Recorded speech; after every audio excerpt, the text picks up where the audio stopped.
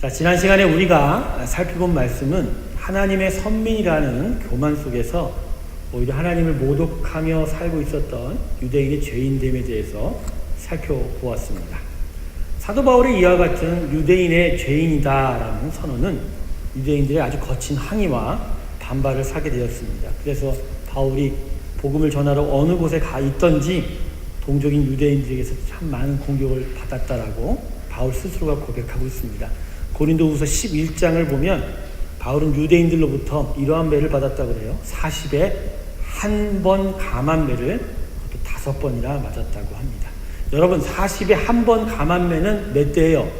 40에 마이너스 1이니까 49대. 근데 왜 39번. 근데 왜 39대를 때렸을까? 왜 한 대를 더 때려서 40대를 안 채웠을까? 여러분, 이거는 참 처절한 고백인데, 때리는 사람도 40대 때리면 이 사람 죽을까봐 한 대만 들 때리는 거예요. 그러니까 사도 바울이 어떻게 매 맞았다고요? 죽기 바로 전까지 매 맞은 거예요. 그것도 한 번이 아니라 몇 번? 인생에 5번. 태장을 3번이나 맞았다고. 여러분, 이런 배경 속에서 오늘 사도 바울이 본문의 말씀을 기록하고 있어요. 그 유대인들의 교만, 그 유대인들의 박해 속에서 그러나 그 유대인들이 정말 하나님을 알기를 원하는 그런 마음으로 정말 유대인들이 죄인이다, 너희들이 이것을 알고 깨닫기를 바란다라는 심령으로 이렇게 말씀을 전하고 있습니다. 오늘 본문을 또다시 보면 지난 시간에 유대인들은 죄인이다라고 하는 사도 바울의 그 선언 앞에 유대인들이 여러 가지 반론을 던졌답니다. 그 반론에 대해서 다시 대답을 달아주고 있는 것이 오늘 본문이에요. 유대인들의 3가지 반론이 오늘 본문에 기록되어 있고 거기에 대한 바울의 답변 더해서 완전적으로 이제 결론적으로 사람이 어떤 상황인지에 대해서 정리하는 말씀이 18절에 걸쳐서 이루어지고 있습니다. 오늘 시간이 좀 많이 걸릴 거예요.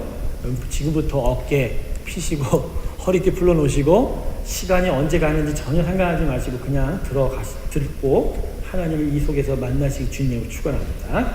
자, 먼저 유대인들의 첫 번째 반론, 유대인 너희들도 죄인이다 라고 하는 사도 바울에 대한 유대인들의 첫 번째 반론이 본문 1절에 기록이 되어 있습니다. 1절 볼까요?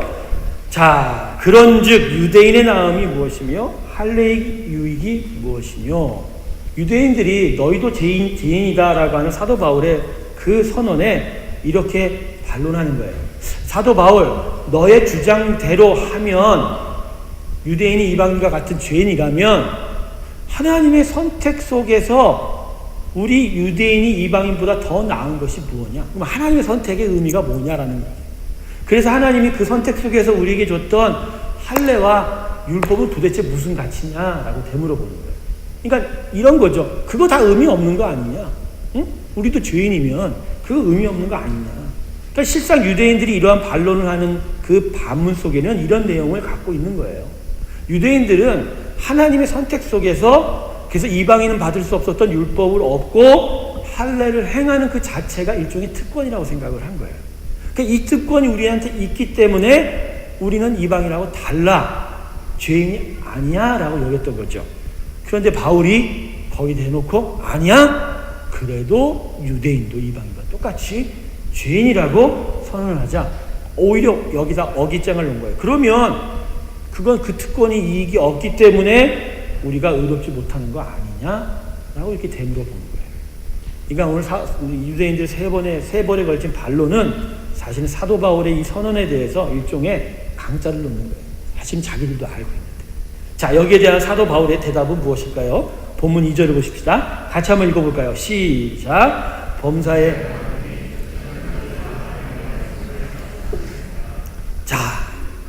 유대인 너희가 받았던 하나님이 주셨던 율법과 할례는 정말로 귀한 것이다. 그 자체로는 너무나 귀하다. 그래서 범사에 많으니 특별히 하나님의 말씀 맡은 것이 너희에게는 정말 큰 유익이 된다라고 이야기를 하는 겁니다. 자, 이 짧은 2절의 말씀에 사도 바울이 어떠한 것을 구체적으로 이야기하고 있는가? 여러분, 하나님이 유대인에게 율법을 주고 할례를 행하게 한 것은요, 진짜 유대인을 위해서 이익을 주시려고 했던 일종의 특권이긴 해요.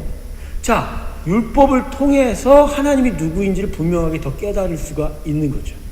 그리고 그 율법을 통해서 하나님을 더 분명하게 섬길 수 있는 길도 알 수가 있는 거죠. 그렇게 하나님을 알고 하나님을 제대로 섬길 수 있는 것을 알게 된다면, 제대로 배우게 된다면 분명한 참된 구원을 이 유대인들이 얻을 수 있는 거 아니겠습니까? 그래서 바울이 오늘 2절에 유대인들에게만 하나님의 말씀이 주어졌다라고 이야기하는 거예요. 그건 너희들에게 너무나 큰 특권이야 라고 이야기하는 것이죠. 그런데 문제가 뭐냐? 유대인들은 이 특권 속에서 그 특권됨의 적용을 이루지 못했다라는 것이죠. 사실 이방인과 비교해보면 엄청난 특권이지 않습니까? 이방인들은 하나님을 아는 어떤 말씀을 받은 적이 없기 때문에 모를까, 미래의 두려움, 자신의 어떤 안전의 불확신 앞에서 하나님을 모르니 각종 우상과 온갖 난잡한 것을 통해서 다가올 미래를 향한 두려움을 해소하고자 하는 그런 어리석은 짓을 벌하잖아요. 근데 유대인들은 하나님 율법을 통해서 하나님이 누구이시고 하나님을 어떻게 찾아야하는지에 대한 지식이 이미 있잖아요. 이 자체가 유대인들이 지금 특권을 가진 거예요, 안 가진 거예요? 가지고 있는 거죠. 유익이 있죠. 결국 사도 바울의 대답이 유대인들에게 준 메시지는 어떤 의미냐면, 하나님의 말씀 분명히 주어졌지, 그것이 너희에게는 유익이지. 그런데 중요한 건 너희가 그 말씀을 따르지 않아서 그 특권이 너희에게 적용되지 못한 거야. 하나님의 할례와 율법이 문제가 있는 게 아니라 유대인 너희의 불순종이 문제야 라고 가르쳐 준 거죠. 그러니까 유대인들의 여기 착각이 뭐예요? 율법과 할례가 내게 있는 것 자체가 특권이니 그 특권을 내가 갖고 있는 게 내가 구원을 얻은 거 아니냐? 거기에 사도 바울이 정면으로 돌진하는 거죠. 그건 유익이 되되 그걸 지켜야 그 유익을 내가 얻게 되는 거 아니냐. 여러분, 출애굽한 이스라엘 백성이 시내산 앞에서 언약받고 약 1년만 동안 훈련을 받아요. 그러고 나서 이제 가나안 땅으로 직진하여 올라갔을 때 가데스 바네아에 이릅니다. 12지파에서 한 명씩 뽑은 정탐꾼을 다 보내죠. 그들이 돌아와서 보고했을 때 여호수아와 갈렙을 빼놓고 나머지 10명들이 어떻게 보고합니까? 그 땅이 참 좋은데 그 땅에 있는 민족이 강성하더라. 그 땅에 있는 사람들이 크기가 우리보다 더 크더라. 그래서 두려움을 갖게 됐죠. 강성한 민족이 있으니까 가나안 땅에 못 가겠다. 그래서 하나님이 계속 광야를 뺑뺑이 돌게 하셨죠. 근데 이 뺑뺑이 돌게 하신 것도 이스라엘 백성에게 깨닫게 하시는 거예요. 자, 광야 40년 동안 하나님이 그들에게 공급하신 거 보세요. 불기둥과 구름기둥을 인도하셨어요. 이방인에게 그런 게 없지 않습니다. 만나와 메추라기가 계속적으로 그들에게 주어졌어요. 이방인에게 그런 거 주었어요? 하나님께서 친히 계속적으로 공격하는 이방인들의 공격조차 다 물리쳐 주셨어요. 그렇게 하나님의 놀라운 축복을 줬음에도 불구하고 그 축복 속에서 하나님을 섬긴 게 아니라 오히려 범죄하고 불평하고, 그죠? 불순종하는 죄를 멈추지 않았죠. 결국 이러한 순환적인 죄순환의 40년 동안 하나님께서 이스라엘 백성에게 가르치신 건 결국 뭐냐 이거죠. 결국 니들 스스로 봐. 너희는 적이 강해서 먹을 것이 없어서 힘이 들어서 못하겠다고 했지만 실제로 그건 내가 다 해줬거든. 적이 강하니까 내가 미리 앞서서 다 공격해서 막아줬지. 먹을 거 없어서 만나 매출하게 줬지. 반석을 쳐서 물 나오게 해줬지. 다 해줬잖아. 그런데도 너희가 지금 불순종하는 건 뭐냐는 거예요. 그건 너희가 뭐가 없어서가 아니라 실제로는 이 마음이 불편해서 하나님 나를 섬기지 못했기 때문에 그랬다라고 이야기합니다. 하나님이 정말 귀하게 선택해서 이방인은 얻을 수 없었던 율법, 할례, 불기둥, 구름기둥, 만나, 메추라기와 반석을 터뜨려서 물이 줬어도 이스라엘은 마음으로 하나님께 범죄했기 때문에 광야를 떠돌을 수밖에 없다라고 이야기한 거죠. 율법이 바로 그런 거예요. 그래서 3장에 그 율법의 이유에 대해서 얘기하지만 3장은 몽학선생이에요. 우리에게 율법 자체로는 구원의 길에 이르게 하실 수는 없지만 우리 스스로가 하나님 앞에 범죄한 인생, 그럼에도 불구하고 또 하나님이 누구신지를 알려주는 그건 유익이 있다는 거죠. 하지만 율법은 지켜줘야 되는데 유대인은 지키지 않으면서도 그거 우리가 갖고 있는 걸로 거기에 만족하여 그게 구원받은 거 아니냐라고 이야기하는 것이죠. 제가요 이런 얘기 해드릴게요. 이 본문 1절과 2절의 말씀을요 보다 더 우리 삶에 실제적인 예로 설명하겠습니다. 교회에서 신앙생활을 하다 보면 아프고 힘들고 어려운 일 참 많이 만나게 돼요. 서로 다르고 서로 다른 차원에서 다른 배경을 가진 사람들끼리 서로가 만나게 되니까 거기서 갈등이 없을 수가 없죠. 다 다툼이 있고 여러 가지 어려움이 있죠. 그럴 때마다 우리 마음에 어떤 생각할 때가 많죠. 이런 생각합니다. 아니 교회가 왜 이래? 응? 이렇게 문제가 많은 교회에 다니는 게 이게 옳아? 안 다니면 이런 나쁜 일을 안 당하니까 교회를 좀 나가볼까? 영국교회로 가볼까? 아니면 몰라 그냥 교회만 아침에 주일만 오고 말지. 여러분 이러한 생각이 옳아요? 틀려요? 대답을 제대로 못하시네? 아니에요. 교회에 와 있는 우리 교우들이 서로의 관계와 여러 어려운 일들로 어그러져 있다 해도 하나님의 교회 자체는 문제가 없어요. 믿습니까 여러분? 문제는 하나님의 교회가 아니라 하나님의 교회 안에서 불순종하는 우리 자신이 문제지요. 지금 유대인들이 뭐라고 하는 거예요? 율법 때문에 할례 때문에 내가 이 의인이 안 된 거 아니냐 이렇게 다시 강짜를 놓는 거 아니에요. 율법과 할례가 주어진 그 특권 속에서 오히려 그걸 지키지 못했기 때문에 사도 바울이 지금 죄인이 아니다라고 얘기한 거잖아요. 근데 오히려 지금 반문하기 뭐라고 그래요? 율법과 할례 때문에 내가 오히려 잘못된 거 아니냐 이렇게 강짜를 놓는 거 아니에요. 여러분 우리가 교회를 떠나고자 할 때 교회에서 매 시험 당할 때 항상 결론 나는 게 이런 식이에요. 교회 때문에 내가 힘들어졌대. 여러분 복음이 잘못됐어요? 하나님이 잘못됐어요? 교회가 잘못됐어요? 우리 예배가 안 그렇죠. 우리가 잘못된 거예요. 근데 유대인들은 그런 깨달음이 없는 거예요. 우리가 잘못됐거든. 우리와 나와 우리가 잘못됐거든. 그런데 항상 그런 일만 만나면 저도 그러지요. 저도 똑같아요. 그러니까 회개하지. 뭔 일만 있으면 못하겠다 그러고 안 하겠다 그러고 아예 쉬겠다 그래요. 이 교회는 아니지만 전 이런 분도 봤어요. 너무 힘들어. 나도 안식년을 가져야 될까 봐. 무슨 얘기해야 돼? 저 신앙의 안식년 때문에 한 1년간 교회를 안 나올랍니다. 이런 분도 봤어요 제가. 여러분 그런다고 갈등과 아픔이 사라져요? 여러분 자기 자신을 분명히 보셔야 돼요. 우리 자신. 교회가 문제가 있는 게 아니에요. 우리가 나와 너와 우리가 문제가 있는 거예요. 그럴 때 더 어떻게 해야 돼요? 더 교회에 대해서 분명한 믿음을 가지고 나와야 돼요. 할렐루야. 교회에 나오는 일은 항상 유익해요. 나오면서 배우고 나오면서 잘하고 나오면서 성숙해지는 거예요. 그런 가운데서 여러 시험들을 통하여 하나님의 인정을 받는다고 야고보서 1장 12절이 말씀하셨어요. 그래서 야고보서 1장 14절에 이렇게 얘기합니다. 오직 각 사람이 시험을 받는 것은 뭐 때문이라? 자기 욕심에 끌려 미혹됩니다. 할렐루야. 왜 우리가 잘못된 거지? 왜 교회를 욕해? 하나님의 교회를 욕해? 아니죠. 이제 무슨 얘기인지 알겠어요? 오늘 본문 1, 2절이 유대인들이 무슨 반론을 한 걸 아시냐고요. 바로 이런 얘기예요. 이렇게 강짜를 갖는 거예요. 그러니까 유대인들 스스로가 얼마나 교만 덩어리인지 지금도 그러고 있잖아요. 자, 두 번째, 다음으로 유대인의 두 번째 반론을 살펴봅니다. 본문 3절에 기록되어 있어요. 자, 3절 말씀을 같이 읽습니다. 시작. 어떤 자들이 믿지 아니하였으면 어찌하리요? 그 믿지 아니함이 하나님의 미쁘심을 패하겠느냐. 유대인들의 이 반론 두 번째는 이런 거예요. 사도 바울, 너도 알듯이 우리 하나님이 우리를 선택해서 우리에게 주신 약속이 있지 않니? 우리를 믿음의 백성 삼아서 끝까지 지키겠다라고 그렇게 말씀하지 않았니? 그런데 우리들 중 일부가 불순종했다고 이 하나님의 약속이 폐하여진다면 그러면 하나님이 약속 안 지키시는 분이냐? 이렇게 이야기하는 거죠.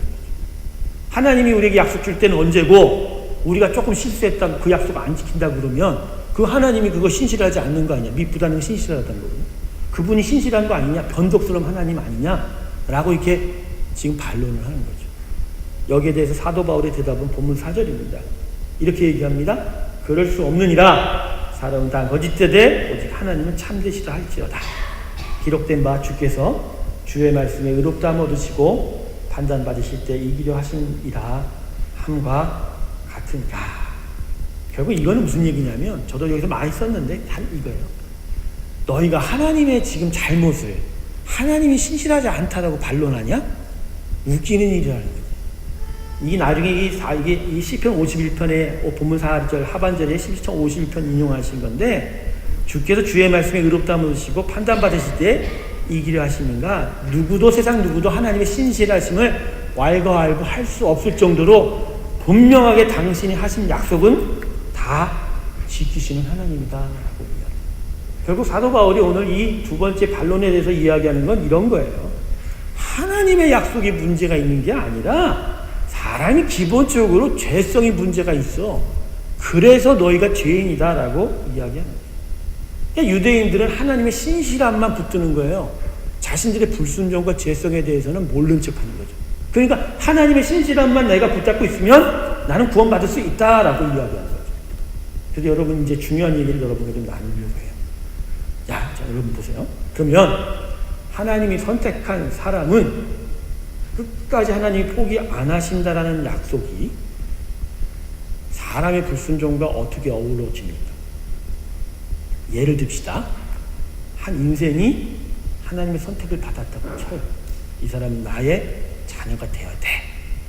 근데 그 사람 죽을 때까지 순종하지 않아요. 그럼에도 불구하고 그 사람의 불순종에도 불구하고 하나님의 선택과 약속이 있기에 이 사람이 구원을 받습니까? 못 받습니까? 여러분 분명하게 대답하세요. 이거 중요한 거예요. 이거 헷갈립니다, 여러분. 한 사람을 선택했는데 그 사람이 끝까지 불순종해. 근데 하나님의 선택하심이 너무나 귀하기 때문에 그 사람 불순종해도 이 사람 하나님의 선택 때문에 구원 받냐 안 받냐 이거예요. 이런 경우가 모태신앙이에요. 이거요 그냥 넘어가는 문제가 아니야. 못 받아요. 하나님의 약속이 문제가 있는 게 아니라 문제는 관계예요. 여러분 약속이라는 게 서로 알고 있는 관계 속에서 효력을 발생합니다.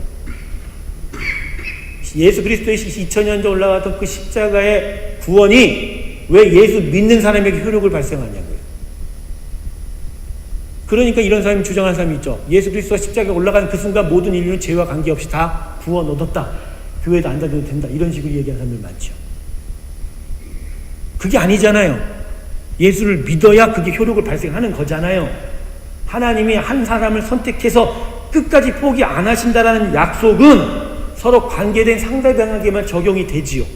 물론 하나님의 약속은 일방적이에요. 우리가 모를 때 찾아오세요. 일방적으로 찾아오세요. 그런데 그 약속이 우리에게 들어오면 반드시 관계를 만들어내요. 할렐루야. 즉 하나님은 나의 하나님이다 라고 얘기하고 하나님은 너는 나의 백성이다 자녀다 라고 하는 관계를 만들어내요. 이 관계를 만들어내는 즉시 이 약속의 효력이 발생해요.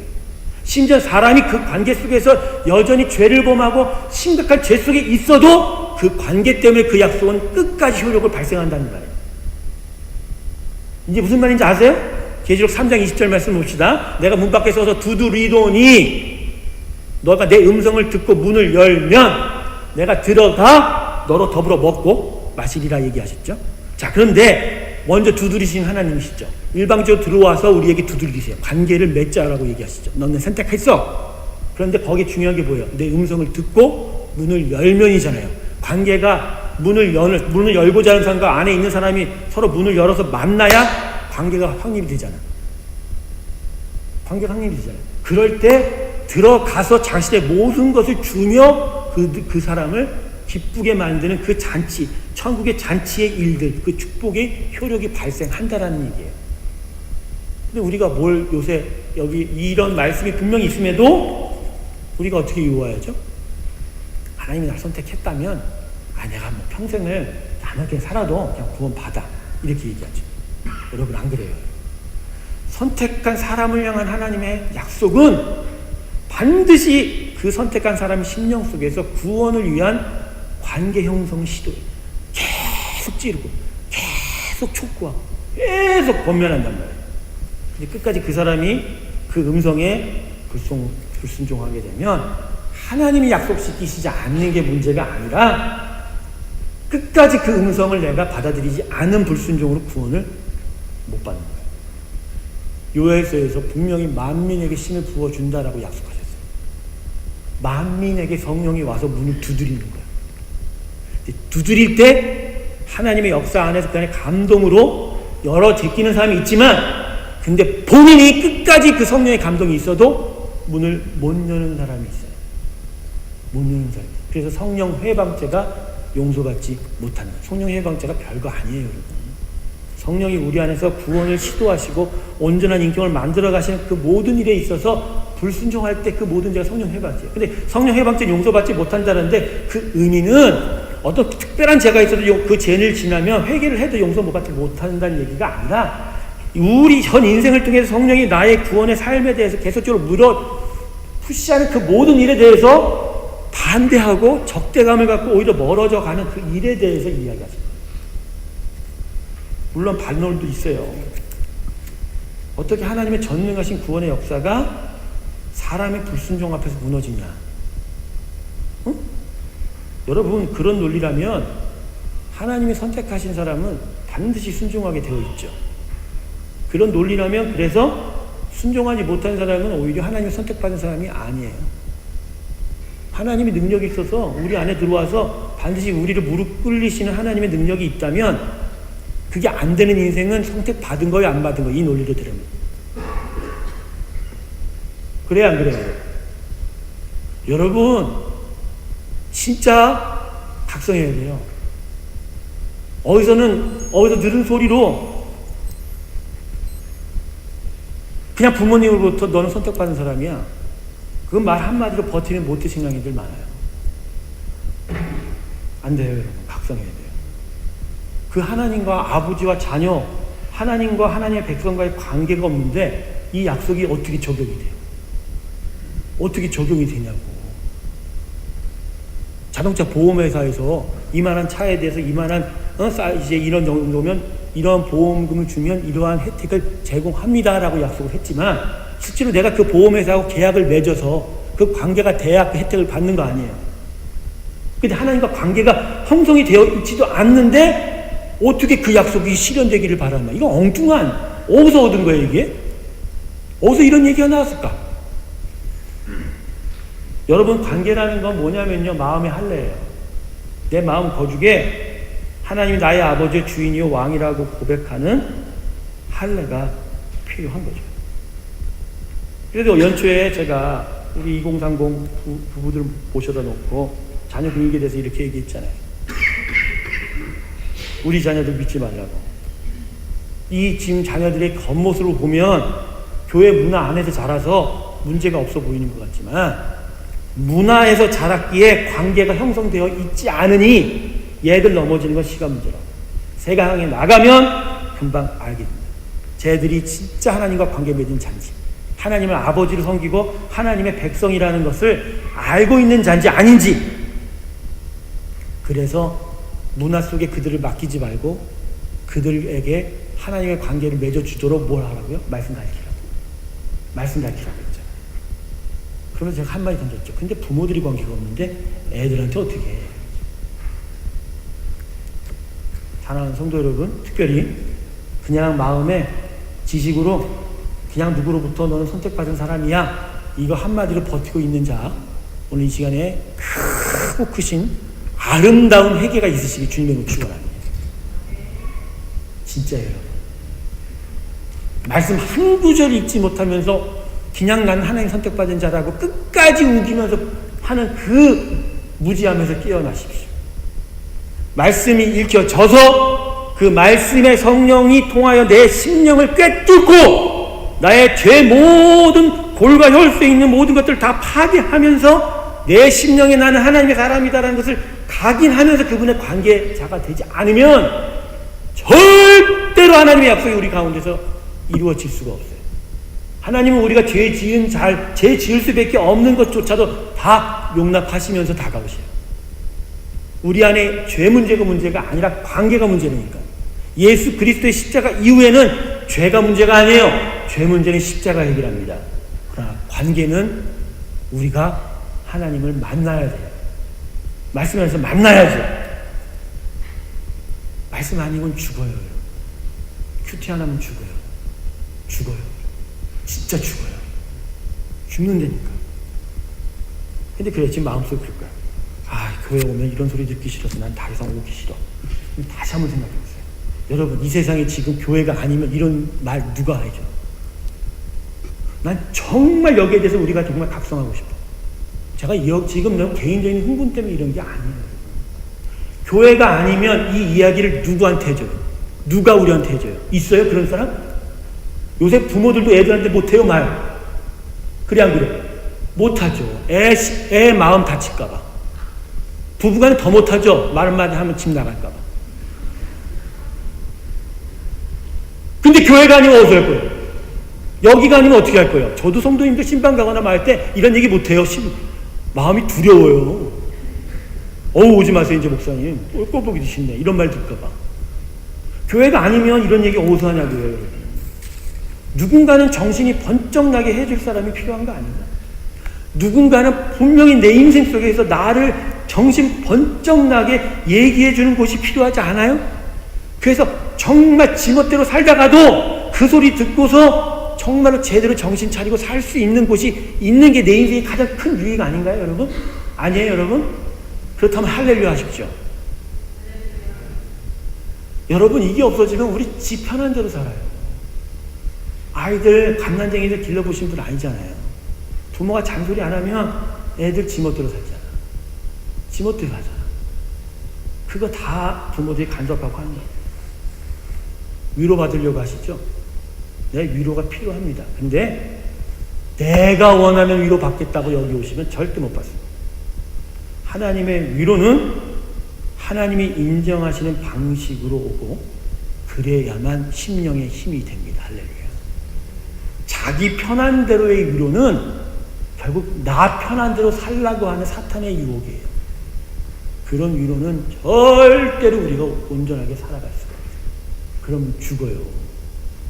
육체가 죽는 게 아니라 영이 죽으면 육체는 어쩔 수 없이 죽으니 그냥 인생이 그런 거예요.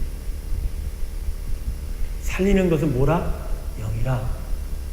육체는 부익하니라. 죽은 이 육체의 욕종으로는 도저히 온전히 살 수 없는데 하나님이 내 안에 하나님 닮은 영을 집어넣으셨기에 그거 세우셔서 온전한 인생 만들려고 우리 가운데 이 이야기를 하는 건데 이거 못 들으려고 이거 듣기 싫어서 자꾸만 피하면 이거 어떡하냐 이거. 일린교회에 나타나는 증세들이 있어요. 저희 교회 예수 그리스도의 복음이 분명하게 선포되기 시작합니다. 그런데 이 일에 이제 갈릴 거예요. 나는 하나님의 입술을 빌어 예언합니다. 이거 싫어하는 사람 나가게 됩니다. 이거 따라가겠다는 사람만 쫓아옵니다. 850대 1이에요. 우리가 소수가 될 것 같지요? 아니에요. 하나님은 복음의 능력을 세울 것입니다. 할렐루야. 그래서 우리를 온전케 하실 거예요. 거칠고 아프고 힘들어도 이 복음 따라갈 때 지금은 아파도 아주 가까운 시일에 이 복음이 우리 마음 안에 평강을 집어넣을 것이고 이 세상이 절대로 따라올 수 없는 줄 수 없는 기쁨으로 내 인생이 온전하게 주 앞에 서 가게 될 것입니다. 이게 협박이 아니에요. 하나님 우리에게 지금 하시는 일이 새 마음을 주셨다. 새 일을 행하셨다. 그리고 하나님의 준비한 역사가 있으면 이제 기도하라 라고 계속하여 1년 2년 단위로 계속 말씀을 주시는데도 불구하고 나아지는 게 없는데 이게 답답하지. 내가 답답한 건 아니야. 내가 왜 답답해요? 나 그냥 여기서 설교만 하고 여러분 만나고 있으면 나도 편해요. 내가 뭐가 아쉬워서 이러고 있냐고. 근데 나도 죽겠어요. 이걸 왜 내가 해야 되는지. 어젯밤에 계속 설교 준비하는데 하나님 나 정말 편하게 가고 싶거든. 아니라는 거죠. 마지막으로 유대인들의 세 번째 반론 본문 5절에 기록되어 있습니다. 같이 한 목소리 있습니다. 시작.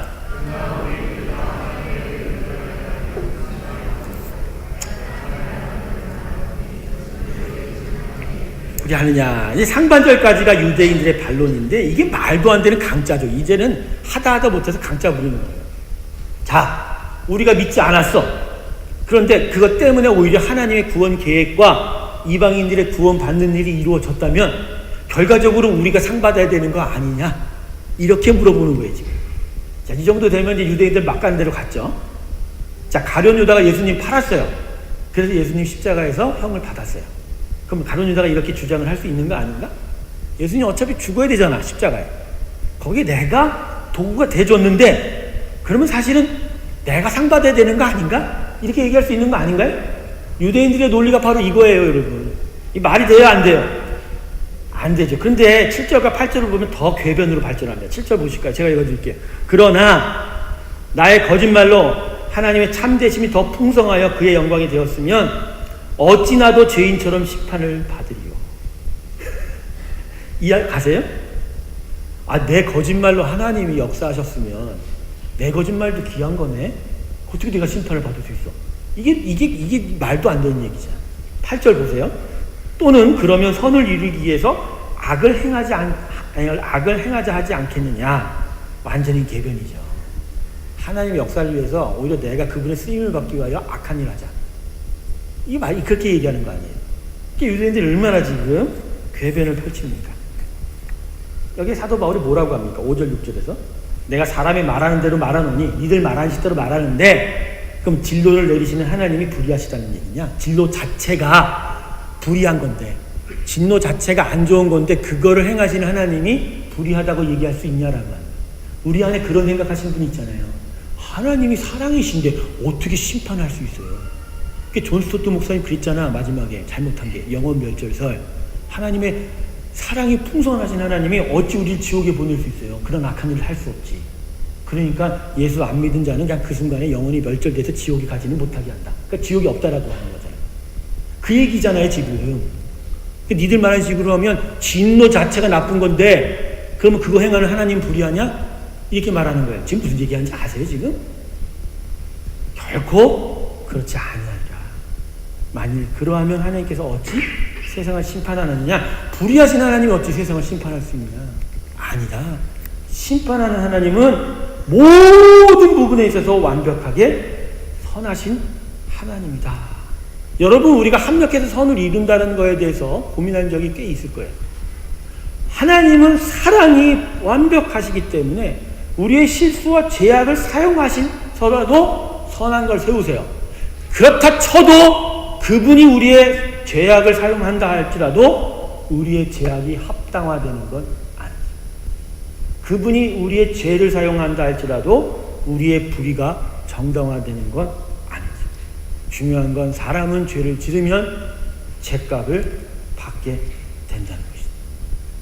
그런데 유대인들은 이런 강짜로 하나님 그 자신의 죄를 정당화하는 거죠. 결론적으로 오늘 1절부터 8절을 통해서 유대인들이 반론하는 그 얘기에 결국 문제가 뭐예요? 자기 죄를 정당화하는 거예요.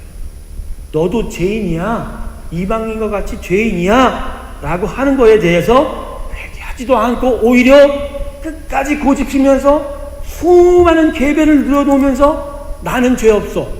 나는 죄 없어. 라고 우리를 자기 자신을 정당화하는 거예요.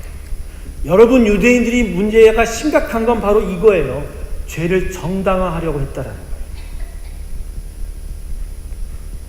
여러분 십자가 예수님 당신의 아들 독생자가 오셨다는 건 하나님이 우리의 죄를 이미 인정하셨다라는 거예요? 아니에요? 인정하신 거지. 인정하시니까 용서한 거지. 인정하고 용납하시겠다고 하니까 가장 중요하고 소중한 당신의 아들까지도 십자가에 죽이신 거죠. 이게 놀라운 사랑. 그러니까 그분이 우리의 연약함, 우리의 죄를 저질 수밖에 없는 것을 인정하시는데 근데 그러한 하나님의 놀라운 사랑 앞에서 용서 앞에서 지금 유대인이 뭐라 그러는 거예요? 하나님 너무 고맙습니다. 이게 아니라 근데 나 사실 죄인 아닌데 그분 왜 보내셨대 예수님? 유대인들 지금까지 이루고 있는 거 아니에요? 온갖 강짜와 억지로 자신들의 죄를 정당화하려고 하는 게 유대인들의 일이다. 이러면 하나님의 사랑이 모독을 받아요. 여러분 하나님의 사랑이 하나님 모독받는 부분이 바로 이런 거예요. 그분이 정말 사랑하셔서 우리 안에 당신의 모든 것을 다 내어놓고 십자가로 용서하셨음에도 불구하고 오히려 우리가 그 앞에서 난 사실 죄 없는데 이거 필요 없는데 이런 게 하나님이 모독받는 거예요. 예수의 십자가 사랑이 무시당하는 거예요. 이게 가장 심각한 죄의 문제죠. 여러분 우리 안에 있는 저를 포함한 우리 모두의 지금 가장 심각한 문제가 바로 이거 아닌가요? 너 죄인이야 라는 소리, 그 소리 앞에서 어떤 부분은 죄인이지만 이런 부분은 나 죄인 아니거든요 라고 하면서 내 자신을 정당화하는 그 문제가 우리 가운데 있지 않나요? 이게 심각한 거예요. 사람들이 제일 듣기 싫어하는 얘기가 죄인이죠. 교도소에 간 사람한테 당신 죄인입니다 하면 진짜 싫어합니다. 교도소 사역을 몇 번 했거든요. 가서 진짜 이 얘기 안 하려고 조심했었어요. 교도소까지 들어왔는데 그 사람들한테 죄인이다 하면 얼마나 좀 신뢰가 될까 하는 마음도 있었지만 그분들 스스로가 이런 얘기 듣기가 싫어합니다. 들어가 있음에도 불구하고 죄인이라는 소리 듣기 싫어하는 게 우리 인생인데, 근데 내가 죄인을 아는 게 매우 유익합니다. 나는 죄인입니다 하면서 하나님 편에 나오면 그때부터 소망이 생겨요. 내가 내 자의 문제를 알고 하나님 편에 내어놓으면 그때부터 해결할 길을 찾죠. 인생에 어디서 문제가 터지는 줄 아시죠?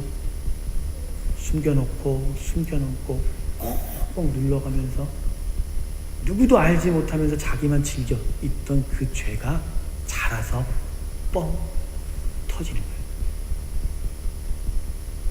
우리 인생의 문제가요, 내어놓고 다른 사람 앞에서 우리의 실수를 인정할 때 나타나지 않아요. 항상 숨겨서 남들 알지 못하게 그냥 갖고 있는 부분에서 뻥 터지는 거예요. 그게 문제라는 거예요. 그래서 우리 인생에서 가장 위험한 건 내가 죄인인 거 모르는 거예요. 내 죄가 정말 얼마나 심각한지 정말 모르는 게 우리 인생의 가장 심각한 일입니다. 모든 사람이 죄인입니다. 아파요. 하지만 들어야 돼요. 죄는 빈부귀천이 따로 없어요. 남녀노소가 구분이 없어요. 민족의 구분도 없어요. 율법을 얻던 이방 유대인이나 이방의 헬라인이나 모두 다 하나님 앞에서 죄인이에요. 그저 구분되는 건, 우리 눈에 구분되는 건 감옥 안에 있는 죄인과 감옥 밖에 있는 죄인의 구분될 뿐이죠. 사람은 선행을 할 수 있어요. 그럼에도 죄인이에요. 사람에게 있어서 선행과 죄는 절대 반대적인 개념이 아니에요. 내가 지금 선행을 하고 있다는 것이 나는 죄 반대에 서 있다는 얘기가 아니에요. 선행을 하면서도 죄를 짓는 존재가 사람입니다.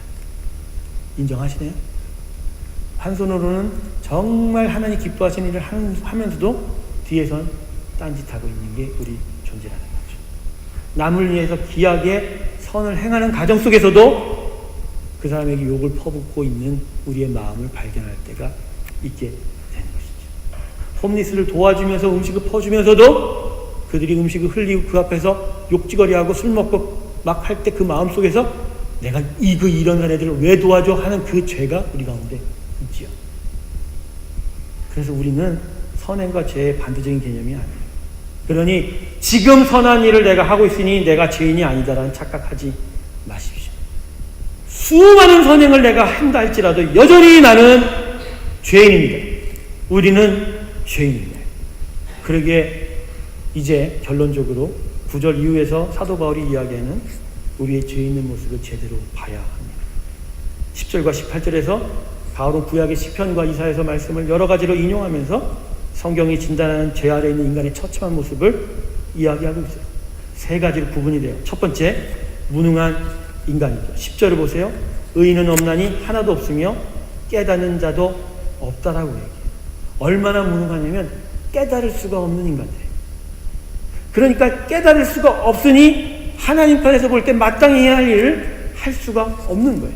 그래서 11절에 하나님을 찾을 수가 없는, 찾는 자도 없다라는 거예요. 가장 철저한 무능은요, 알면서 마땅히 해야 할 일을 하지 못하는 거죠. 그런 인생 자체가 그냥 통째로 버려집니다. 12절에 뭐라고 얘기하죠? 다 치우쳐 한 가지로 무익하게 되다. 여기 무익하다라는 단어가 우유가 쉬며 못 먹는다라는 뜻을 가지고 있대요. 쉬어버린 우유처럼.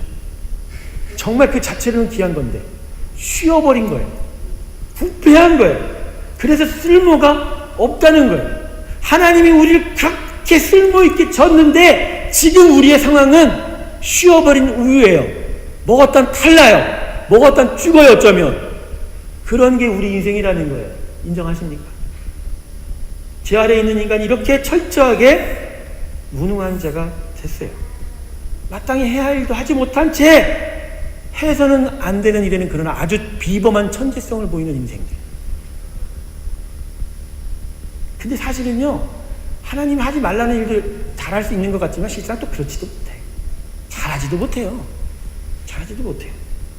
그게 우리의 모습이에요. 죄 아래 있는 인간은 무능하다라는 게 성경의 진단이에요. 두 번째, 죄 아래 있는 사람은 마음이 참 부패했습니다. 13절과 15절 제가 읽어드릴게요. 저희 목구멍은 열린 무덤이요 그 혀로는 속임을 베푸며 그 입술에는 독사의 독이 있고 그 입에는 저주와 악독이 가득하고 그 발은 피 흘리는 데 빠른지라. 여러분, 우리의 죄는 외향적인 것으로부터 먼저 찾지 마십시오. 이 심령이 부패했다라는 거예요. 헬라 사람들은 마음이 가슴에 있다고 얘기하며, 그래서 이 마음으로 통하는 모든 통로는 다 그 마음으로 가는 통로라고 얘기해요. 목구멍, 혀, 입술, 그 모든 것이 마음으로 통하는 통로라고 얘기하는 거예요. 근데 오늘 본문을 보세요. 그 모든 것이 통로가 되는 부분이 다 썩었다고 얘기하는 거 아니에요. 그러면 그 통로가 썩었는데 이 안에 것은 썩었겠어요? 안 썩었겠어요?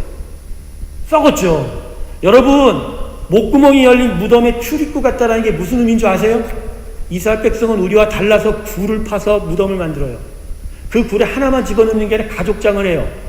계단을 만들었고 침대를 만들어놔서 거기다 사람이 죽으면 바로 그날 화장을 해서 향품을 넣어서 그냥 집어넣어요. 그냥 아버지 시신도 있고 그 밑에 엄마 시신도 있고 자기 동생 시신도 있고 자기 시체도 있고 가족이란 말이에요. 근데 원래 돌을 닫아서 그 구멍을 닫아야 되는데, 근데 아무리 향품을 많이 집어넣어도 결국 시체가 오래되면 어떻게 돼요? 썩죠. 냄새가 나요, 안 나요?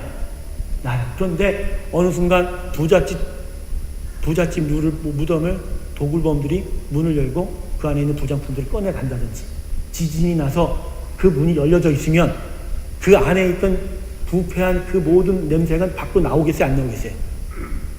이걸 얘기하는 거예요.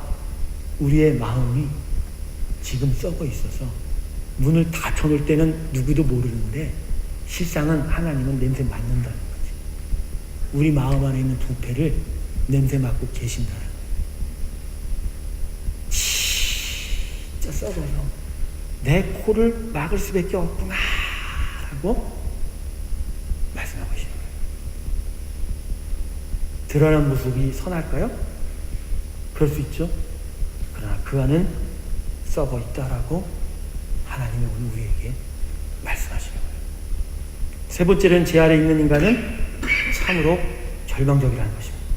16절과 17절을 보면 파멸과 고생이 그 길에 있어 평강의 일을 알지 못하였고 저희 눈앞에 하나님을 두려움이 없느냐 함과 같으니라. 여러분, 얼마나 절망적입니까? 내가 지금 열심히 살아도 그 달려가는 그 끝에 파멸이 있고 절망이 있고 죽음이 있다라는 거예요. 강건하면 7, 80이라고 얘기했는데 그 다음에 무엇이 기다리고 있는지도 채 알지 못한 채 그냥 열심히 하고 경쟁 속에서 성공이라 이러고 살아가도 끝내는 그 마지막 가서 발견했을 때 놀라는 거지. 어메, 나 죽네. 나 파멸당하네. 한 번 죽는 것은 사람에게 정하신 것이요 그 후에는 심판이 있다고 분명히 하나님께서 말씀하셨어요. 제 아래에 있는 인간은 이렇게 절망적이라는 거죠. 그런데 더 심각하게 절망은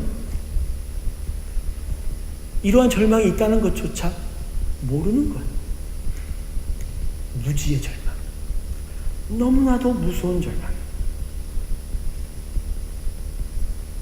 그나마 창조되신 하나님을 알아야 그나마라도 정말 그분에게 나아갈 수 있는 작은 소망이라도 할 수 있는데, 하나님을 모른다고 하는 정도가 아니라 우리는 하나님을 향하여 냉소하죠. 당신이 살아있는 자입니까? 당신이 역사를 만드셨습니까? 어쩌면 그러면 나를 이렇게 내버려두십니까? 그러니 그분 앞에서 우리가 과연 어떻게 우리 인생을 마무리하겠냐라는 거죠. 여러분, 이게 우리의 절망입니다. 아까 우리 회개 고백을 했을 때 진짜 회개의 고백은 우리가 무엇을 잘못했다는 것을 그저 나이라는 것이 아니라 정말 나로서는, 내 인생으로서는 내가 선해질 수가 없습니다 라고 고백하는 것이 회개 고백이라고 제가 여러분과 함께 나눴어요. 진정한 회개의 고백은 잘못된 정도에 있는 게 아니라 그런 가운데서 내 인생에 계속 반복되는 죄성 때문에 하나님 앞에 온전하게 설 수 있는 그런 일이 없다라는 거예요. 그게 우리의 처절한 절망이에요. 근데 여러분 거꾸로 생각하셔야 돼요. 오늘 본 결론이 이거예요. 성경은 오늘 우리에게 처절한 절망을 선포하지만 역으로 우리에게 유일한 소망이 있음을 이 다음에 기다린다라고 말씀해 줍니다. 우리가 할 수 없다라고 선언하실 때 이미 그분은 우리에게 뭘 주셨냐고요? 예수 그리스도의 십자가를 주셨다는 거예요. 우리가 할 수 없어서 절망 속에 빠질 수밖에 없다라고 선언하신다는 것은, 그렇게 말씀하신다는 것은, 그래서 그 말씀을 여전히 인생을 살아가고 있는 우리에게 들려준다는 것은 우리에게 여전히 소망이 있다라는 걸 지금 가르쳐주는 거 아니에요. 할렐루야. 그러니 죄를 듣고 있다라는 거, 내가 죄인이라는 얘기를 듣고 있다라는 게 마음은 슬퍼도 결코 절망할 수 없다라는 건 여기를 뒤집는 의가 우리 가운데 있다라는 거 아닙니까? 할렐루야. 그러니 이 죄인됨의 하나님의 선언이 우리에게 소망입니까? 아닙니까? 소망이죠. 할렐루야. 나 자신에게 철저하게 절망하는 것이 그래서 구원의 길입니다. 왜 십자가에 우리가 죽지 못하냐면 나로서 무엇을 할 수 있다라고 여기기 때문에 못 죽는 거예요. 정말 못하니까 난 하나님밖에 없어. 그러니까 난 십자가에 다 포기할래. 거기서 다 포기하는 순간 하나님이 우리의 인생을 다 일으켜 세워주시는 것이죠. 바닥을 쳐야 그래서 하늘로 비상하게 되는 것이죠. 근데 인생의 바닥 치기 전에 하나님 말씀 속에서 이렇게 하나님의 지혜를 들려주는 그 순간 내가 정말 바닥친 인생이라는 걸 깨닫고 하나님 앞에 비상하여 올라가는 것이 복된 줄로 믿습니다. 도마와 같이 예수의 옆구리에 손을 집어넣어야 그래야지 믿겠습니까? 주께서 뭘 하셨어요? 보고 보지 않고 믿는 자가 뭐 하다고요? 복되도다. 도마도요 지가 봐서 믿었다고요? 아니죠. 예수님이 은혜 줬으니까 그나마 그거 받들고 먹죠. 홍해가 갈라지는 걸 경험했던 이스라엘 백성이 3일 만에 하나님에 대해서 욕했어요. 먹을 거 내놓으라고. 바다를 가르신 하나님이 그걸 눈ปุ๊ 다 똑바로 쳐박아 먹고 있던 백성들이 먹을 거 없다고 3일 만에 배신했다니까. 우리가 봐서 믿는 사람이에요? 우리가 본다고 믿는 사람이냐고. 안 그래요 여러분. 우리는 봐도 안 믿는 사람이에요. 그런 우리의 죄성을 인정하셔야 돼요. 그게 우리의 소망입니다. 교회는 바로 이런 곳이에요. 교회는 바로 이런 것을 선포하면서 우리에게 가장 놀라운 소망이 있음에 대해서 다시 얻어가는 거예요. 한 주 동안 정말 절망 속에 살면서 정말 반복된 죄 속에서 아파하다가 다시 교회 와서 예배하면서 하나님이 우리 가운데 계시는구나, 그분이 우리에게 여전히 소망을 주시는구나 라를 깨달으면서 힘을 얻고 돌아가는 거예요. 그냥 교회 와서 나누는 음식 가운데서 맛있다고, 사람들 만나면서 서로 위로한다고, 목사님이 잘 될 거예요 라는 허풍 속에서 그래서 인생이 잘 되는 것 같아요? 안 그래요. 절대로 그게 안 그래요. 여러분, 인생은 그런 게 아니에요. 죄 있음을 알 때 하나님이 임합니다. 난 예수를 몰랐어요. 아내 옆에서 그 사람 결혼하려고 교회 간 것밖에 없어요. 근데 나중에 공황장애 걸려서 여러분, 하나님이 내 코에 숨을 뺏어갈 정도로 난 힘들었어요.